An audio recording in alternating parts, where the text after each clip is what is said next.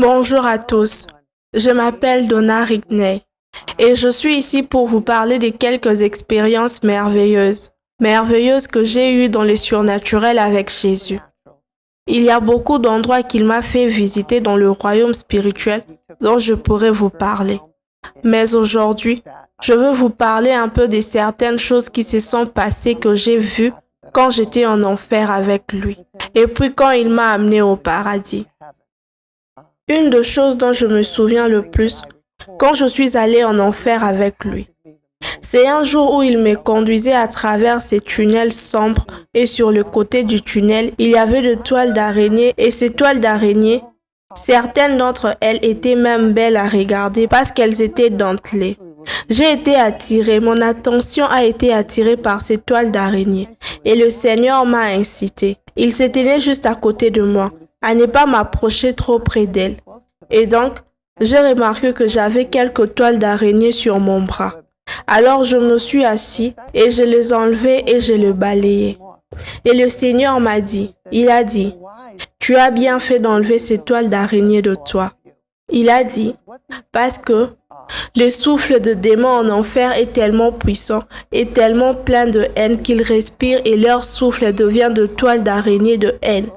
Et ces toiles d'araignée de haine ne sont pas seulement en enfer, mais elles sont invisibles. Nous ne pouvons pas le voir. Ce qui est dans le royaume spirituel, vous ne pouvez pas le voir. Vous ne pouvez le voir qu'avec les yeux spirituels. Et donc, nous pouvons être pris. C'est ce qu'il me montrait. Nous pouvons être pris dans un piège de haine que l'ennemi nous tend. Et il a dit que de villes entières, de familles même, des nations sont détruites par ces toiles d'araignée de haine. Mais ce que l'ennemi essaye de faire, c'est juste de nous infiltrer dans la haine. Nous pouvons voir ça se passer dans notre monde aujourd'hui. Il y a beaucoup de haine. Quand vous allumez les informations, vous entendez beaucoup de choses négatives être dites sur différentes personnes. Et le Seigneur m'a dit de garder ton cœur. Garde ton esprit. Ne laisse pas la haine entrer, infiltrer ton cœur ou ton esprit. Ne laisse pas la haine s'approcher de toi. Et donc, j'ai été prudente et attentive tout au long de ma vie. Mais ensuite, lorsque nous continuons à traverser l'enfer, c'est ce que j'ai observé. J'ai observé la haine partout. Tout le monde s'est détesté. Même les gens qui étaient pris en enfer, ils se détestaient les uns les autres. Il n'y avait aucun amour en enfer, juste la haine. Et le Seigneur m'a montré que ces toiles d'araignée de haine étaient le piège que l'ennemi utilisait pour amener beaucoup de gens en enfer. Étaient à travers la haine. Et le Seigneur m'a montré que ces toiles d'araignée de haine étaient le piège que l'ennemi utilisait pour amener beaucoup de gens en enfer. Étaient à travers la haine.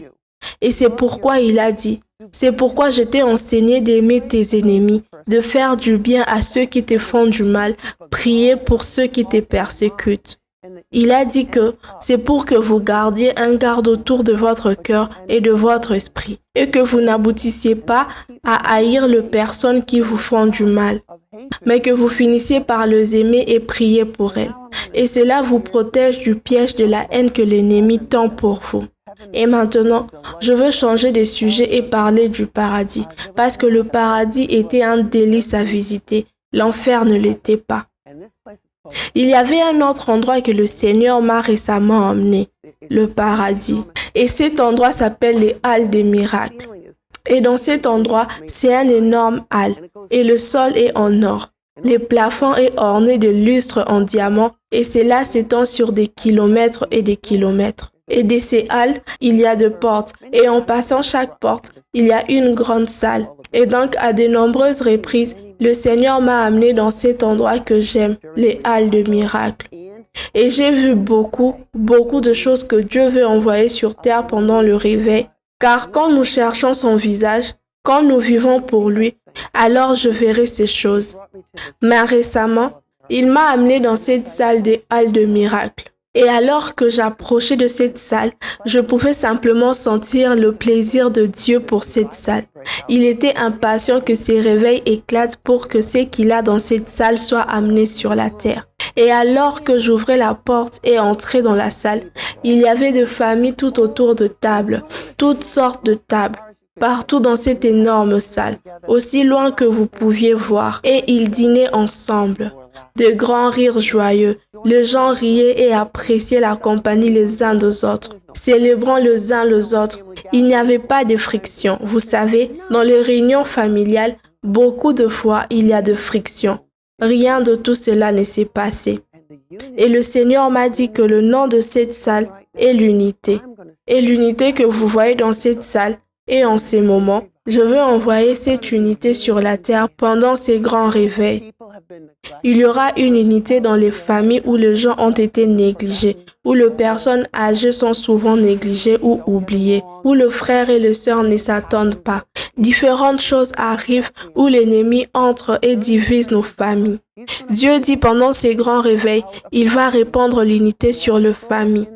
Et ce que j'ai vu dans cette salle va se manifester ici sur la terre. Il y aura une joie merveilleuse dans les familles. Il y aura l'unité, il y aura l'amour. Il y aura une douce communion, il y aura du plaisir. Nous allons nous réjouir les uns des autres, nous réjouir de la compagnie des uns des autres. Il n'y aura pas de commérage sur les uns et les autres. Il y aura juste de louanges et des encouragements les uns envers les autres. Il a dit que cette unité qui va avoir lieu et cette grande fusion du Saint-Esprit, il y a certaines familles qui sont divisées parce que certains membres de la famille ont de troubles mentaux ou sont pris dans des addictions et certaines de ces personnes sont même sans abri dans les rues de la ville. Et le Seigneur a dit qu'il va répandre son esprit sur eux. Il va les guérir, il va les délivrer et il va les restaurer à leur famille. Donc, non seulement cela se produira parmi nos familles, les familles immédiates, mais même dans les familles qui ont été divisées à cause des addictions et à cause du péché méchant. C'est même là où les gens ont besoin de délivrance. Ils vont être libérés de ces choses et ils seront en sécurité pour être restaurés à leur famille. Certaines familles ne sont pas en sécurité pour avoir ces personnes comme faisant partie de leur groupe et ils ne peuvent pas les avoir. Mais maintenant, ce qui se passera quand Dieu répandra son esprit, c'est que ces membres de la famille seront en sécurité pour être réunis à leur famille. C'est juste le cœur de Dieu, comment il aime totalement les gens. Je veux partager avec vous une dernière chose sur le paradis. Cela m'a vraiment montré le cœur de Jésus et le cœur du Père. Quand je suis allée pour la première fois au hall de miracle, le Seigneur m'a montré toutes sortes de chambres. Une pièce était remplie de cœurs et je savais qu'il me montrait que ces cœurs allaient être envoyés sur terre pendant le réveil, que les gens allaient avoir un cœur après Dieu. Il y avait des parties du corps dans d'autres pièces. Donc, les gens allaient recevoir le parti de leur corps, juste de choses merveilleuses, de pièce en pièce. Je vis une pièce qui avait tous les lits d'hôpital vides et j'ai pu entendre les rires des infirmières, des médecins et des patients. Quand je suis entrée, la pièce était vide de personnes. Et puis j'ai compris que Dieu disait que de grandes guérisons allaient venir à travers ces réveils qui arrivent et même des hôpitaux vont se vider. Alors que je descendais de pièce en pièce, en voyant tout, je me suis demandé quelle pièce était la préférée de Jésus. Parce que je pensais que si je découvrais quelle pièce était sa préférée, je saurais un peu plus de lui. Alors je lui ai dit, Jésus, quelle pièce est ta pièce préférée dans les halles des miracles? Et il a dit, oh, viens avec moi, mon amie curieuse. Il m'a appelé son amie curieuse. Et il m'a emmené au bout du couloir. Pas tout à fait au bout, mais plus loin que je n'avais été. Et il a dit, cette pièce est celle qui me donne le plus de plaisir. Et quand je suis entrée dans cette pièce, j'ai vu des lits vides. Mais c'était des lits de jumeaux empliés les uns sur les autres. Et j'ai vu des chaises. Et j'ai vu des chaises à bascule. J'ai vu des boîtes en carton et des tapis. Et ce que cette pièce représentait, c'était des maisons de retraite, de nombreuses maisons de retraite. Les gens vont être guéris, ils vont être délivrés, ils vont être libérés. Il m'a montré son cœur, que Jésus a une telle compassion pour le brisé, pour le solitaire, pour le négligé, pour ceux que les gens oublient. dont ils se désintéressent. Ils sont juste seuls, blessés et blessés. Il a dit, « Je suis venu sur terre pour guérir le cœur brisé, pour délivrer les opprimés. » Et donc, j'ai juste vu qu'il me montrait. Quand les gens ont mal physiquement, c'est terrible et je veux qu'ils soient guéris. Mais la douleur d'un cœur brisé est encore pire et plus douloureuse que la douleur d'un corps brisé. Et que son cœur était de guérir ceux qui ont le cœur brisé, qui sont seuls, qui se sentent rejetés, dont le cœur sont constamment en douleur d'être négligés et mis de côté, d'être traités comme s'ils n'étaient pas assez bons. Alors j'ai regardé autour de la pièce et en regardant autour de la pièce, j'ai même vu quelques mouches qui cherchaient leurs victimes parmi les sans-abri qui seraient libérés lors de ces prochains réveils. Alors que j'ai parcouru tout le ciel, j'ai juste vu à quel point Dieu nous aime et à quel point il veut avoir une relation avec nous ici sur la terre. Et il veut ces choses qui sont au paradis pour que nous ayons la foi, pour le prier et pour que nous vivons pour lui d'une manière telle qu'il puisse nous envoyer ses bénédictions. Il veut que ces choses qui sont stockées au paradis, qui vont venir pendant ces grands réveils, mais il veut qu'elles viennent maintenant. Il veut que nous recevions ces bénédictions, que le ciel est plein de bénédictions pour nous quand nous y arrivons. Mais ils sont également pleins de bénédictions que nous pouvons avoir maintenant ici sur la terre. Si nous prions avec foi, si nous sommes intimes avec Dieu et si nous nous détournons de toutes nos voies mauvaises, vous savez comment cela dit dans l'Écriture. Si mon peuple qui est appelé par mon nom s'humilie, prie et cherche ma face et se détourne de ses voies mauvaises, alors je pardonnerai leurs péchés et je guérirai leur pays. Je veux donc prier pour vous, que Dieu vous aide à vivre de telle manière que ces merveilleux trésors qu'il a là-haut, au paradis, même l'acceptation et l'unité et la prospérité de choses merveilleuses que vous les recevrez.